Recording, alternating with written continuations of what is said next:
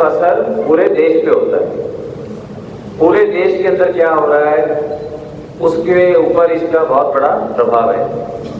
किसके हाथों में हम अपने बच्चों का भविष्य दें, हमारे नौजवानों का भविष्य किसके हाथों में सुरक्षित है? किस पार्टी के हाथों में सुरक्षित है?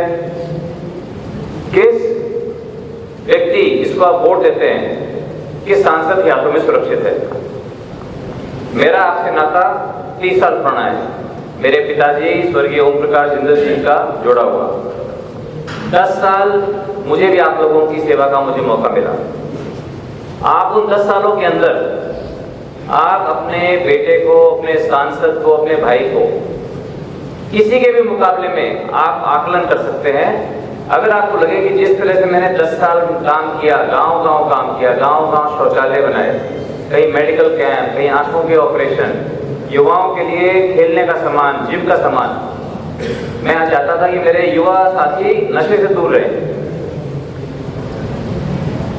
जिस तरह से मैंने संसद के अंदर काम किया, संसद के अंदर धूम्रपान करते थे, मैंने संसद से जाते साथ ही धूम्रपान बंद करवा दिया हमेशा के लिए संसद से। और बहुत से जितने भी महत्वपूर्ण मुद्दे थे, युवाओं के, किसानों के, मजदूरों के, माताओं बहनों के, सारे मुद्दे जो है संसद में उठाए और बहुत से मुद्दों के ऊपर कामयाबी भी मिली। अभी मैं आपका ज़्यादा समय नहीं लेना चाहता। मैं आपसे प्रार्थना करने आया हूँ। मैं भी, विधायक जी भी और भारतीय जनता पार्टी की सारे नेतागण, सभी कार्यकर्ता, सभी पदाधिकारी, आपसे हम विनती करने के लिए आए हैं कि आपका आशीर्वाद हमें मिले 25 तारीख को। और पहले के मुकाबले जैसे मैं पहले काम करता था, अब मुझे और अनुभव हुआ है 10 साल का। जितना पहले करता था, आने वाले समय में और उसका 10 गुना मैं आपको करके दिखाऊंगा काम।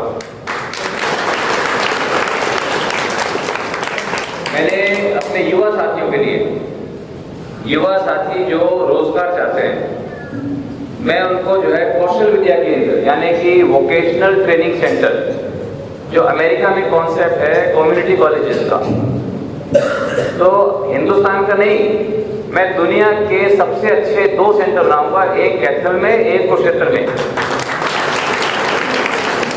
जहां पर 10,000 बच्चे हर साल ट्रेनिंग पाकर, वो जो ट्रेनिंग होगी Australia, Germany, Japan, USA, Canada, उनसे मान्यता प्राप्त मुझे ट्रेनिंग होगी उनके मापदंडों के हिसाब से, ताकि जो है हमारे युवा अगर विदेश जाना चाहता है कोई, तो विदेश में भी अच्छी नौकरी मिलेगी। अगर भारत में रहना चाहता है तो भारत में भी उनको बढ़िया नौकरी मिलेगी, तो काम कर सकते हैं, अपने खुद पैरों के ऊपर भी खड़े हो सकते हैं, खुद अपना काम शुरू कर सकते हैं।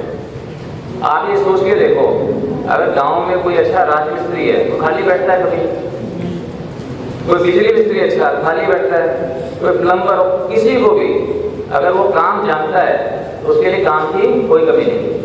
तो वहाँ पर जो है बढ़िया ट्रेनिंग सेंटर होगा, जहाँ पे सारी नई चीज़ें उनको सिखाई जाएगी, नए औजार होंगे, ताकि वो अपने पैरों पे खड़े हो सकें।